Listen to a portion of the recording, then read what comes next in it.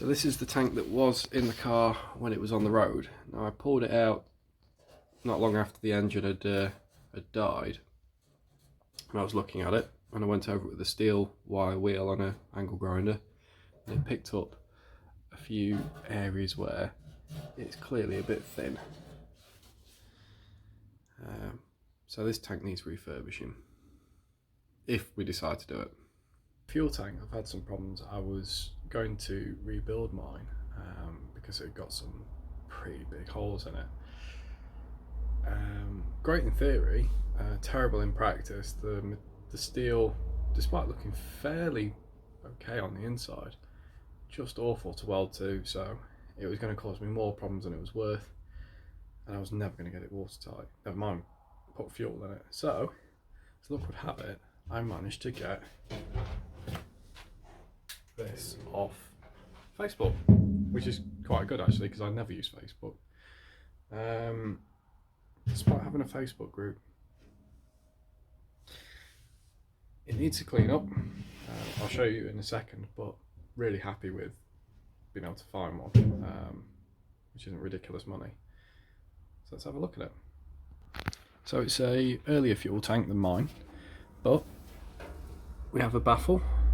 You can see inside, just get the light right. Nope. So inside there's a bit of surface rust which you need to get rid of, and there's a really cool drain plug which I didn't know they did those. Looks alright. First off, I want to get this paint off it, which I've used a bit of heat, you can see here.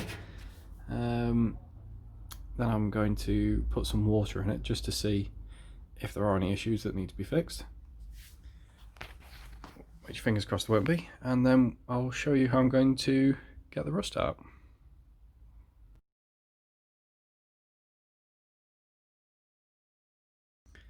This has taken a lifetime to get all the stuff off, as it was a mix of underseal and bad paint, which is great fun. Now I did have some pinholes which I have soldered.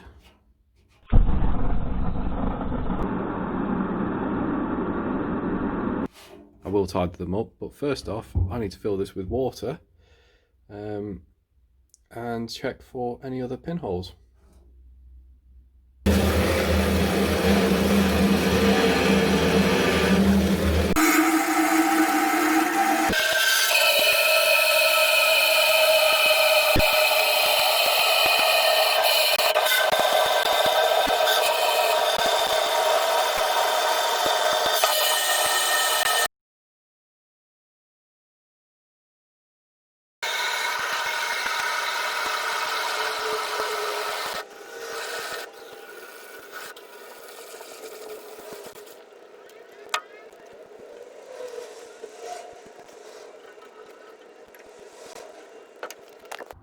So I'm doing a test to check whether the tank leaks, and it turns out my hose pipe leaks more than the fuel tank.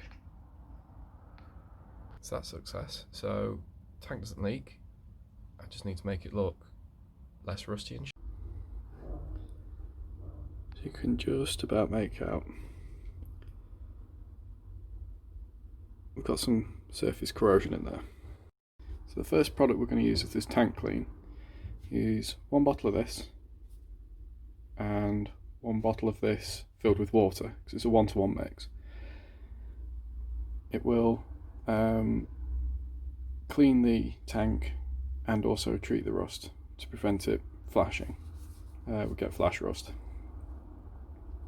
So I'm going to put some gloves on. We'll pour this in, do pour of water, and give that a good clean out before we carry on.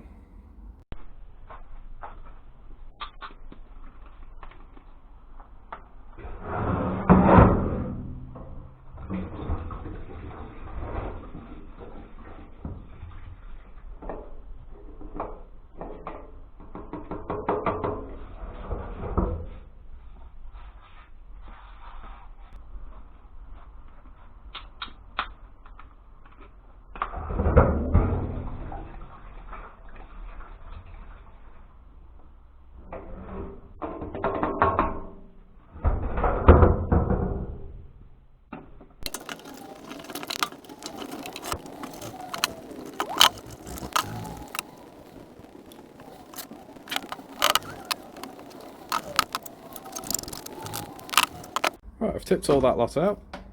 Looks like it did some work because it came out quite brown.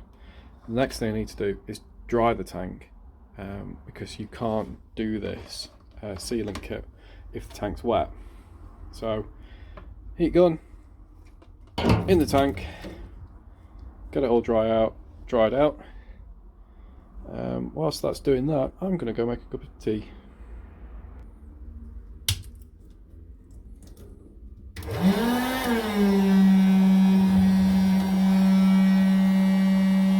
Right, kettle on.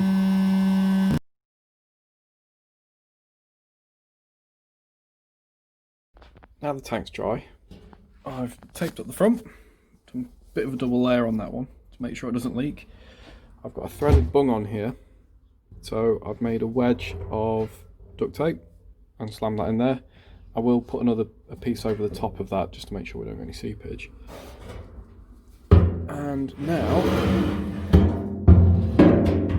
I'm going to pour this rust buster slosh into the tank, shake it around, leave it on one side.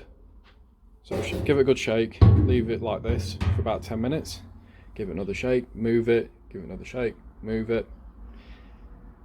And then when I'm happy that all the surfaces have been left and there's a decent coverage, which I'm going to have to guess, that excess gets poured back into there and then we can get rid of it.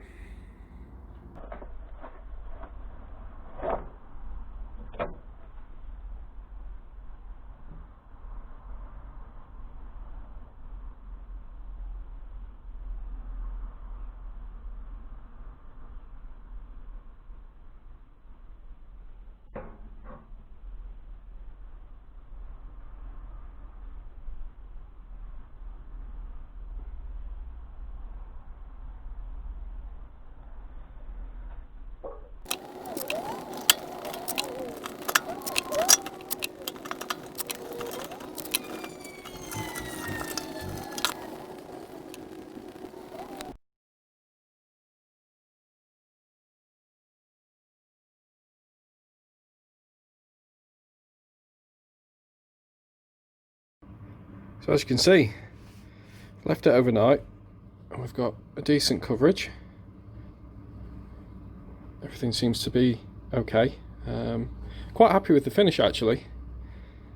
I think it's done a good job. For this section, what I need to do is put something on that's going to treat the rust and stop it from getting any worse. Now as part of this kit we've got this tank guard which comes in two sections. We've got part A and part B, which is, I'm going to stand still. They're mixed 1 to 1, left for 10 minutes and then you can apply it. For the tank I'm going to brush apply for the very reason that you can paint over this. So this top section I'll do a better job of painting it a gloss black when it's finished, but the underside of the tank is going to be exposed to stone chips, so I'm going to put some U-Pol Raptor on it. So again, it's not too important that, you know, there's going to be brush strokes, because this will get flattered slightly and tidied up, and the bottom it's going to be covered in stone chip, so you're not going to notice any brush marks anyway. I'll get this mixed, and as you've guessed, 10-minute break gives me good time to put the kettle on again.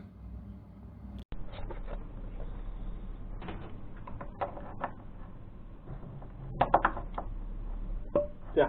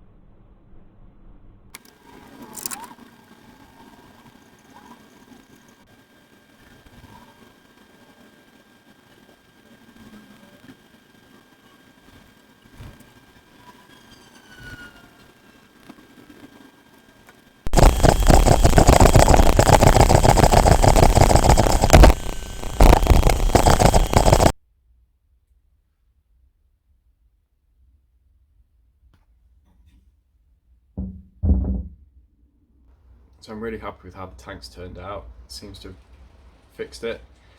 All I've got to do now is fit it, plumb it in, and hopefully be able to go for a drive. I hope you found it interesting. If you've got any questions, please get in touch, and see you in the next video. Thank you.